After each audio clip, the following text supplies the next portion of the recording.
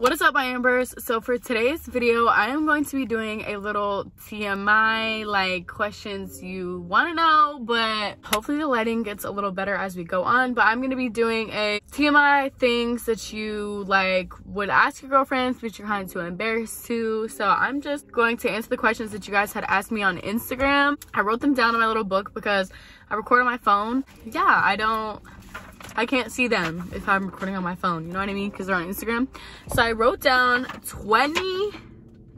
17 different questions that you guys had. Some of them are like statements or kind of questions, I don't know. So we're just gonna go ahead and get into it. Let me back my seat up because I feel like y'all can't see me for real. Okay, so the first question is, how do you keep her fresh all day? And by her, y'all know what we mean your kitty. I'm using like code words because I don't want my video to get taken down, not because I am choosing not to use those words, but basically how I keep fresh every day is I make sure that I have on clean underwear every day. I make sure I shower every single day. Make sure that you're wiping completely whenever you go to the bathroom. You wipe from front to back. I personally don't use like kitty wipes or anything, you know, like how you can have like the cleansing wipes. Like I personally don't use any of those, but some girls do. Another way of keeping her clean is making sure that you're not always wearing underwear. I personally go commando when I sleep.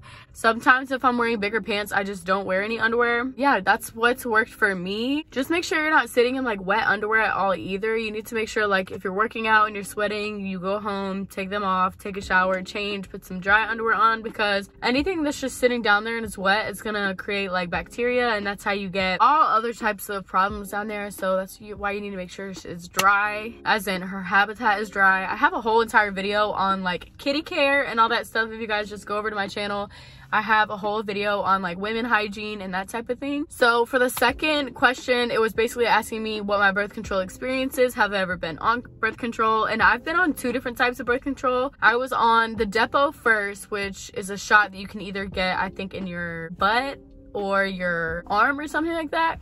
And I always got it in my arm. It literally would hurt so bad. Let me just say, that shit hurt so bad. Like, it made my arm so sore. That Depo shot literally had me bleeding for months straight. And then the moment I tried to do something because I wasn't bleeding, it would make me bleed again. And it was for like months, and I was breaking out so bad. And I told myself, like, I'm just gonna wait it out. I'm just gonna wait it out, because the doctor kept telling me, or my OB kept telling me, like, you just need to make sure that you're waiting it out so your body can get used to it. And it was like 9 months in, still bleeding all the time. Like, girl, underwear was ruined, let me just say. Like, I was bleeding for so long, it was seriously ridiculous. And I was in college, so it was just like very inconvenient and not a fun time. So then I switched over to the pill, and whenever I switched over to the pill, I didn't really notice any difference. I still don't really notice a difference now. I'm on like triglomanzia or something like that. I don't really know exactly what it's called, but it's try something with an M.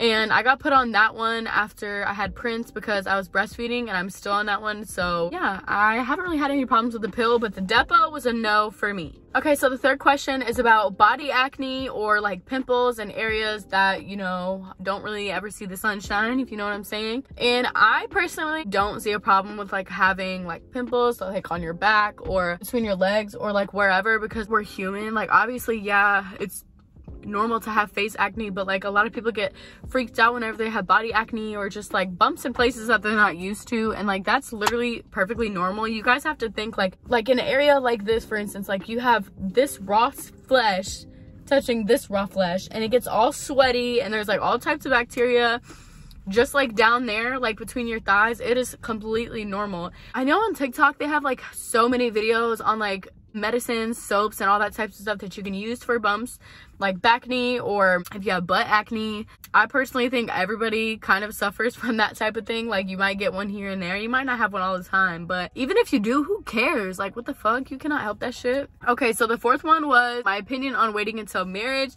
And before, when I was younger, I used to think of that and be like, oh my gosh, that is the dumbest thing I've ever heard. Like, who came up with this? Whatever. Now that I'm older and I see how people can take your energy, and you can't get back energy that you have swapped with someone after you do the do with them. I know like there's a lot of girls out there that regret giving themselves to certain people. That is the whole principle of waiting until marriage, because you're not always giving your energy to other people, and your energy doesn't even have to be like verbal. Like, you exchanging that whole like connection with someone is so I don't know, I just feel like it's so sacred. And I personally, sometimes I like wish I would have waited, but that was so weird. Sometimes I wish I would have waited, but at the same time, like, I can't change the past, I can't change anything like that. But at the same time, waiting until marriage seems so like beyond our minds, because it's like, okay, when am I gonna get married? Who the freak am I gonna get married to? And some of us are just not ready for marriage right now, so that's not even our plate. But I do understand where the waiting until marriage like aspect comes in. And while like I don't think it's like the craziest thing ever, I do understand why it is a thing, because you just can't get it back once you give it up, you know what I mean? Like, do you know how many girls I have literally talked to and they've been like, I wish, or they like don't even count like some of their bodies because it wasn't worth it, you know what I mean? So yeah, there's my thought on that. Okay, so question number 5 was how to be more confident in your own skin, and I am still working on that to this day. I think confidence is a mindset. It's all in whether you believe in yourself, like truly believe in yourself or not. I feel like if you have no faith in yourself, it's really hard to be confident, and it's really hard to try to fake confidence. Obviously, like, you can fake confidence. I've done that before as well, because who wants to like go out there and just be insecure just to be insecure? So you cover it up with confidence, and sometimes that's what I do, and it's called faking it till you make it. And there's a lot of people that fake it till they make it, and then they end up just being the person that they've always portrayed to be because that's who they wanted to be, and then you end up just getting confident. I don't know, being confident is something that literally takes so much time, I feel like, and people aren't truly confident in themselves till like later 20s, because you finally found yourself. I feel like when you're like in your early 20s or even early teens, late teens, it is so hard because you're just like, where do I fit in? Like, comparing yourself to other people. Comparing myself to other people is such a hard thing not to do. Like, it really messes with my head, and I tell myself that I have to stop. It's seriously a disease, I feel like. So just know that you're not alone, and faking it till you make it is my advice for right now. Number 6 was basically the girl saying that she's in a toxic relationship that involves a kid, and she doesn't feel like she can be alone, so she's staying in that situation. And girl, what I have to tell you is there is no man, no woman that is going to make me suffer. Like, you have to think, like, who were you before you met this person? You were alive and well before you met that person. You don't have to live with that person. You can live without that person. You are strong enough to carry on. You are strong enough to move on your own. You just have to pick up your things and go when it's time for you to go. You cannot sit there and just try to wrap your mind around things like telling yourself it's going to get better in the future if obviously it's not going to get better, and you're just telling yourself that. Now, obviously, if you know the situation is going to get better, I mean, that's something you can work towards. But if you know you're in a toxic relationship and you can tell this it's not going to change anytime soon, because you can't change anyone unless they want to change, remember that you're in control of your own life and you have all the power to leave. Like, yes, it is hard. It is not the easiest thing. It's not the hardest thing. It's not the easiest thing either, but you literally can do it. You've done it before. It's just change. Like, I feel like when we get older, we're in control of change. And if we don't want to go through change, we won't. And sometimes I feel like we tell ourselves things are too hard because we just don't want to have to deal with it. We don't want to have to deal with the repercussions of what's going to happen. But trust me, it is going to be so worth it when you look back and you're like, oh my gosh, I stayed in that. Or another way to look at it is, think about the situation you're in right now. Now think about your daughter. So if you're a girl, just think about your daughter being in the situation that you're in. Or if you're in a male in a toxic relationship, think about your son being in the same relationship that you're in. Now think about what you would want them to do in that situation and apply that to you. So that way you can take yourself out of that box and put yourself on the outside so you can really see what you're dealing with firsthand. So number 7 was how to shower when your depression is so bad that you can't even get out of bed. And I never really experienced depression until I moved to Charlotte and realized shortly after I signed my lease that I didn't want to be here anymore. And I think just like confidence, the best thing for me was faking it till I make it. Like, realizing that movement is medicine, getting up and getting your mind off of everything that you're stressed out about, that you're depressed about, everything that's just screaming at you inside of your head. Getting up and doing something to distract that is the only thing that's gonna, one, improve or get rid of your depression, and 2, it's what's going to distract you so that you're not sitting there harvesting in that terrible, emotionless, black hole feeling. Like, there are some days I didn't want to get up, and I was just like, oh, I need to get up, I need to brush my teeth, I need to wash my face, I need to go take a shower. I know I need to do those things and I don't want to do them, but the moment I got up to do them, I finally got my energy back because my body was like, oh wait, we're up now. So you just have to make sure that, like, you remember movement is literally medicine, and that's what's going to help you distract your mind. What the You just have to remember that, like, movement is what is going to make your mind focus on other things and get you out of that depression. And slowly but surely, don't, like, overdo it, but slowly but surely just start to do little things that distract your mind. Watch YouTube videos, find things that you truly enjoy doing. And if you feel like you're so alone and so stuck and you just can't, my favorite thing to do is, like, go on TikTok and find somebody who I find so much comfort in and find something that they're doing that looks interesting to me and apply it to myself. So something that I started this year was eating healthier foods. I love vegetables, I love eating rice, I love eating potatoes, but I was so lazy and I was so depressed that I just, like, didn't even care. I was just like, okay, I'm going to Taco Bell, I'm going to Chick-fil-A, I don't care anymore. Like, I'm just gonna go do that because it's so much easier than getting up and making myself a nutritious meal that's actually gonna serve my body good. You know what I'm saying? Even though I didn't want to get up and do those things, I just realized that, like, if I sit here and I just lay and I don't do anything, I'm not gonna get any better. The feeling is only gonna get worse, and it's only going to get bigger and stronger, and it's gonna make me literally feel like I want to crawl outside of my brain. So I just realized that movement literally is medicine, and you have to make sure that you are being good to your body. Number 8 was things to do when you're going through a heartbreak. So I have been through a heartbreak, I want to say, like, one time. That was when I wanted somebody way more than they wanted me, obviously, and it broke my heart. Of course, that would break anyone's heart. And just like every girl, when they get their heart broken, they focus on themselves and they try to figure out why what happened and things like that. And for me, it was just realizing that I don't love myself the way that I should. I love other people so much more than I love myself, and that's why people treat me however they want to, because I don't love myself the way that I should. After I got out of that relationship, I just realized I literally have to focus on myself. I got into another one, that's neither here nor there, but I quickly got out of that one also because I just realized I am not fully in love with myself. I am not fully putting all my attention on myself, and at the end of the day, no matter what anyone says, you are so much more important than that boy. You are so much more important than that girl. You only have you at the end of the day. That's the only person that's gonna get you through anything. Not them, not the girl that they're messing with, not the side chick, not the girl he works with, none of those girls. The best way to get back at somebody who broke your heart is literally just going so hard to the point where they're like, oh my god, no, I didn't just play them. No, the freak, I did not just lose that. That's the best revenge. Not posting it on social media and trying to make something messy. Not taking somebody back who has treated you like trash a million times just because you want that feeling to go away and you want to feel like they're still there even though they broke your heart before. I feel like there's not enough talk from, like, mother to daughters about how important it is to really be so in love with yourself that you would never let anyone disrespect you in any type of way as far as a relationship or anything like that. Because I don't know, I just feel like there's so many times girls just take men back over and over and over because that's what they see in their home.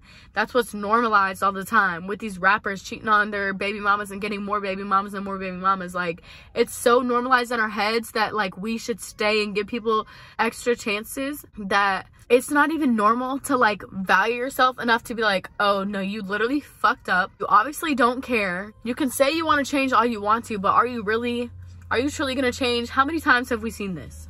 Let's roll the clips on all the relationships that somebody said they're gonna change just because they got caught doing something. They were gonna keep doing it, but they got caught. That really just, like, threw me on a rant. But to get you through a heartbreak, girl, you have to realize you are so much bigger and better than that heartbreak, and you mean so much more than a relationship.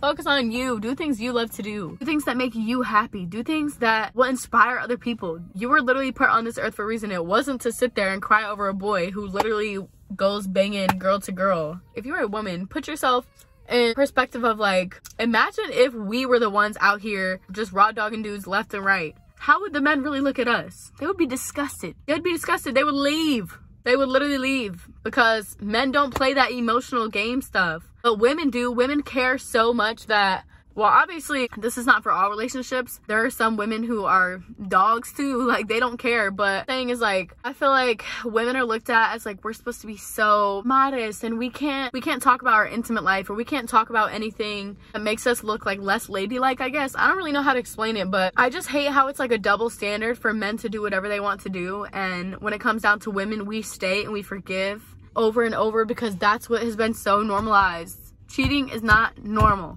Can we please stop normalizing cheating? Gosh, that shit is crazy. Our generation is crazy. Number 9 was, even if you weren't a mother, what would keep you motivated? And my simple answer to that is being the person I have always envisioned myself being, kid or not, family or not, boyfriend or not. I have always envisioned myself to be a very successful woman, a very successful businesswoman who is about her money. And ever since I was 16, I started working, and I still work now. And the last couple months I was like really in my own head and wasn't really working as hard as I should have been. And I just realized, like, sitting there and doing nothing is literally not going to get me anywhere. It's not going to get me anywhere. I have to get up and I have to do what I need to do to get to where I want to be able to be the person that I have always envisioned myself being. I have to get up and I have to go do those things because nobody else is going to do it for me. So even if I didn't have a kid, I would still be grinding just as hard as I do now because I want to make an impact in this world and in my life and in my family, because my family doesn't come from a lot personally, and I want to be the person to give back to every single person in my family who has helped me, who has been there for me, because they all deserve it, and no one in my family has been able to do that for us. So that is like one of my biggest goals in life, is to just seriously help the people that I love the most and help people who need help and inspire others and just be successful and be in love with my life and my family and happy. That's what would keep me motivated. That's what still keeps me motivated. So it's pretty much the same thing. Okay, switching the topic a little bit. Number 10 was, is it possible to get yeast infections if your partner is cheating? I don't really think getting a yeast infection is from your partner's cheating. I think yeast infections is something that naturally happens. Now BV, I feel like could be something that you can get if your partner is cheating. An STD is something you can get if your partner is cheating. But BV can also be thrown off by being dribbled in too many times, if you know what I'm saying. That's what BV can also be from. Yeah, I don't really think yeast infections has to do with your partner cheating, to be honest. But if you feel any other symptoms, go get checked. And if you know you haven't been sleeping around with anyone else, it's impossible for one of you to have something and the other one does not. Unless they've been cheating. Number 11. I love talking about stuff like this. Okay, the girl, she said, my boyfriend wants me to move in with him, but I want to stay home and save my money, but I love him. Girl, stay home, save your money, be a smart girl. You are smart because you already know. And I don't know if you've heard my stories from my experiences of moving in with boys, but it is not the ride that you think it is. I know when we're younger, it's like, oh my gosh, I can't wait to move in with a boy, whatever. It's not what you think it is. It's playing house, plain and simple.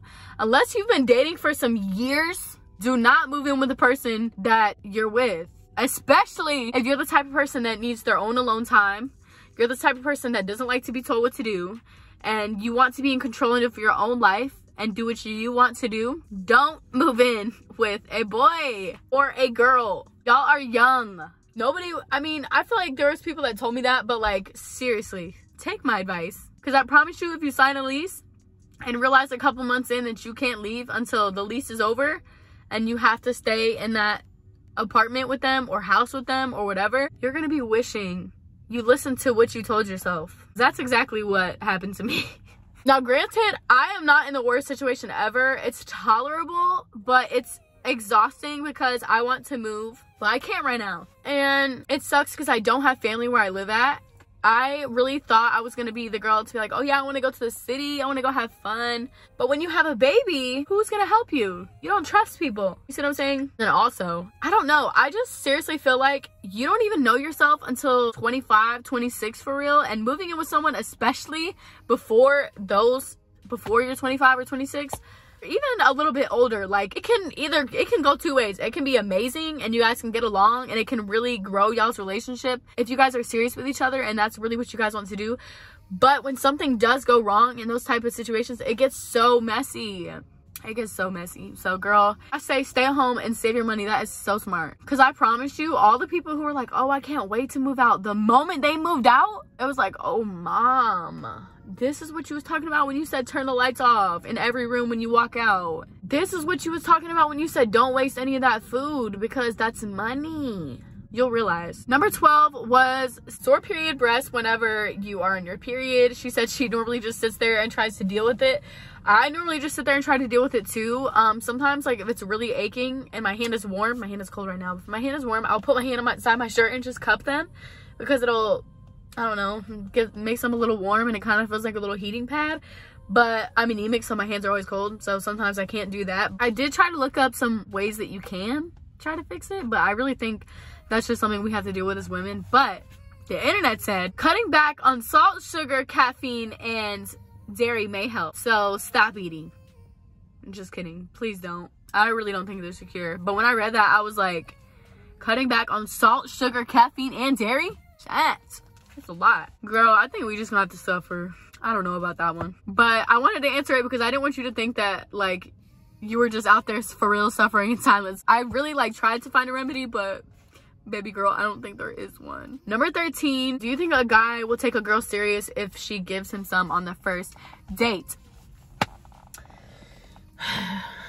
It can go one way or it can go the other way. If you guys have been talking for a while and you guys have been like waiting for that moment, like say it was a long distance relationship or something and you guys have been waiting, you guys are really comfortable with each other but not really like physically, and you finally see each other that first date and you are ecstatic and it is the best thing ever and you guys just seriously fall in love and do the freaking thing. That's one scenario, and he loves you and cares for you and is just happy rainbows and butterflies, which is very rare but it does happen. And then there's the other case where it's like, I'm gonna hit it and quit it, but he's not gonna tell you that, but that's what it is. Some guys just go on dates just to hit it and quit it, or some guys, they go on the date with no intention of like thinking that y'all are gonna do it or whatever, and you guys do end up doing it, but then he realizes you gave it to him too early and then he's like, oh dang, I can't even wife her now. There's some guys that think like that too. I really think it depends on the guy, but I don't really know, so let me know in the comments what you guys think. Number 14, how to stop talking to an ex. Baby girl, take your phone out,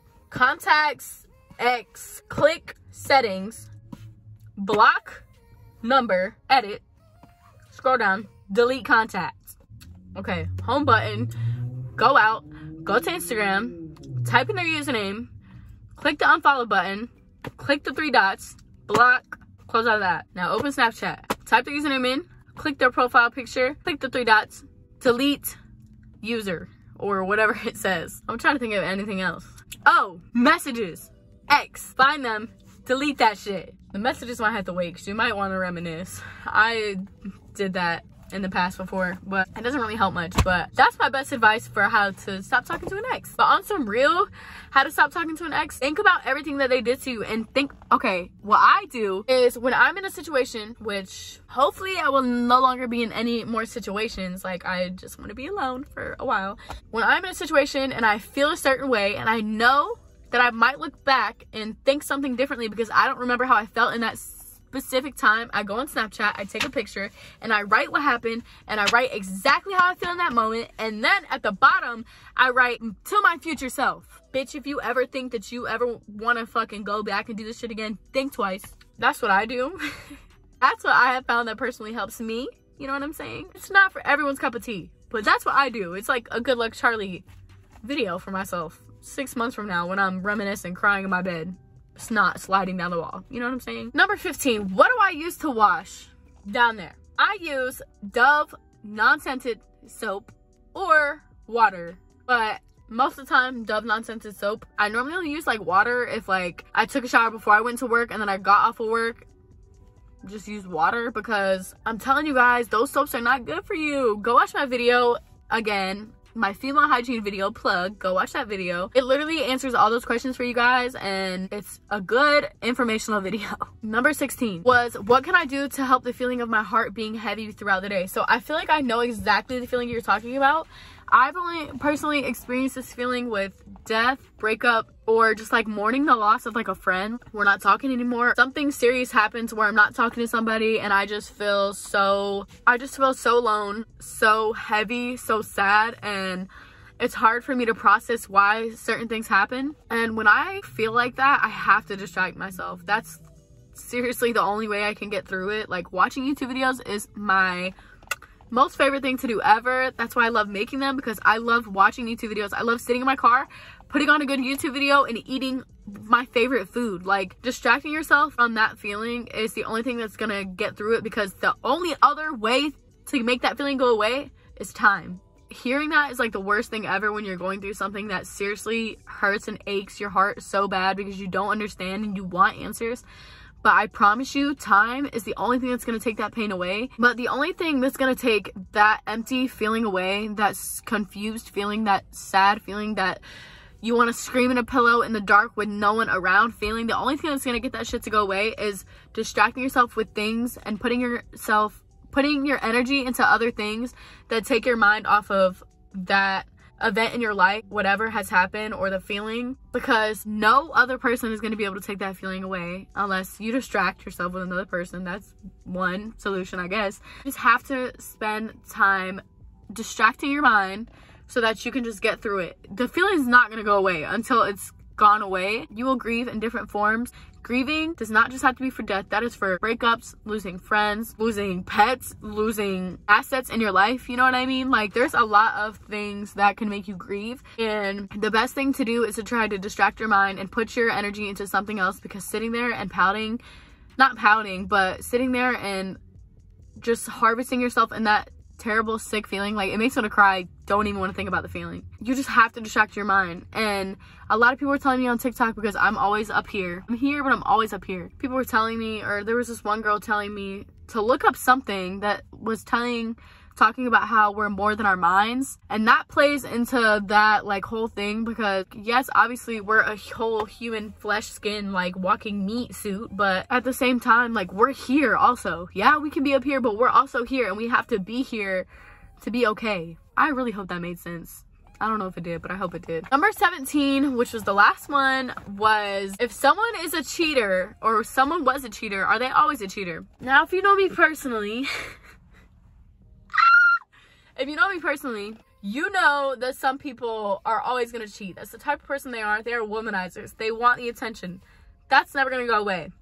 You don't worry about those types of people. Well, if you can tell he's a playboy and he wants to do that thing, let him do that thing. Let him go get the other girls and let them do that. If you want a husband, or if you're in a really serious relationship and they cheated on you, I feel like it depends on what type of cheat, or like, I mean, not really what type of cheat, because there's so many different ways that somebody could cheat, like on their phone, talking to someone. Some people think that corn, if you know what I mean, is cheating. So I don't really know what you guys define as cheating or anything, but I do know that, like, I don't think cheating should be normalized in any relationship ever. I do think some people deserve second chances, but it really just depends on the freaking topic at hand and what happened and exactly how it happened.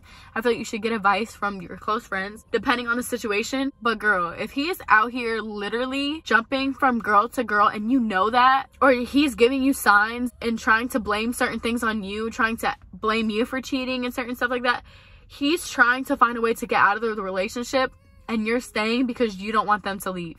I hope that situation made sense, because I can't stand when girls do that. Like, there are certain guys that will do stuff to make a girl leave them because they know they don't want to be with them, but the girl is so in love with the guy that they literally just cling on. They're like, he's gonna change, he's gonna change.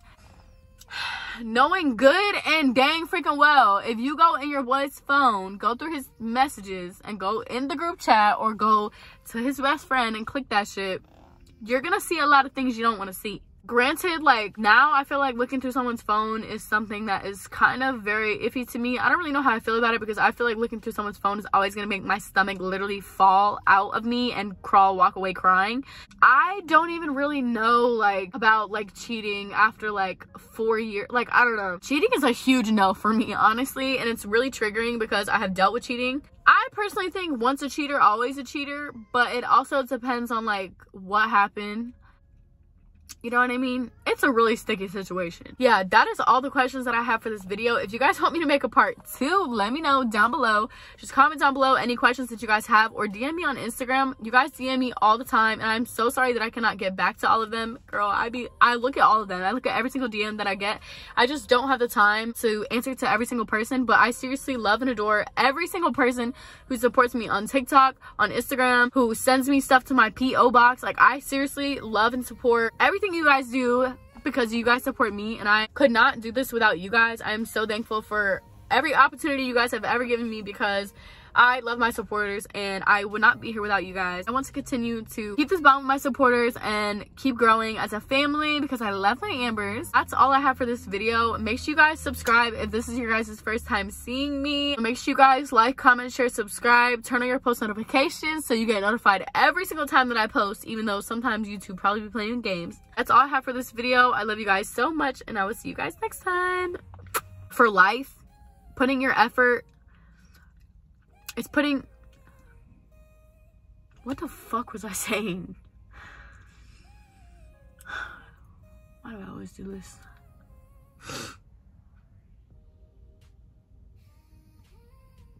Bro, I really forgot what I said. Like, was seriously just talking in a different way.